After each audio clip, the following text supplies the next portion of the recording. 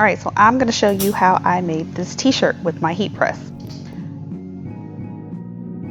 So the first thing I'm going to do is lint roll and press for 3 to 5 seconds to heat up the t-shirt. I'm going to apply and position the first layer.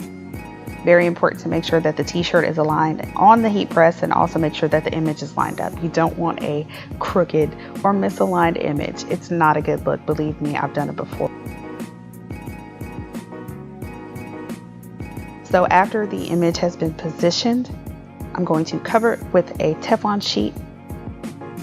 This is going to protect the t-shirt and the image during the press. I'm going to press for 15 seconds.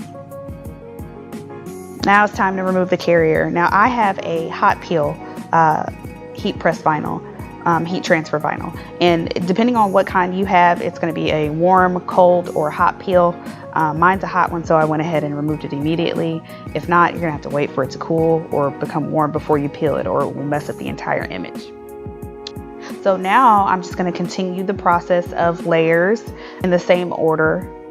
I'm going to align the image, cover with a Teflon sheet, press for 15 seconds, and then remove the carrier. And I'm going to continue to do this until the image is complete, or to my liking.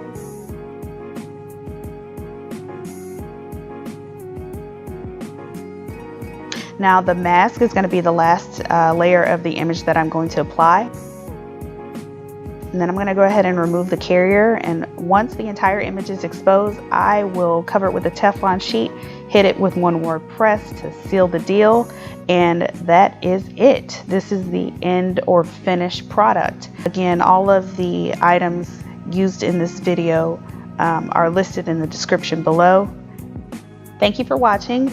Have fun making your t-shirt, and if you like this video, make sure that you hit the thumbs up and subscribe to my channel. Thanks again for watching, and happy crafting.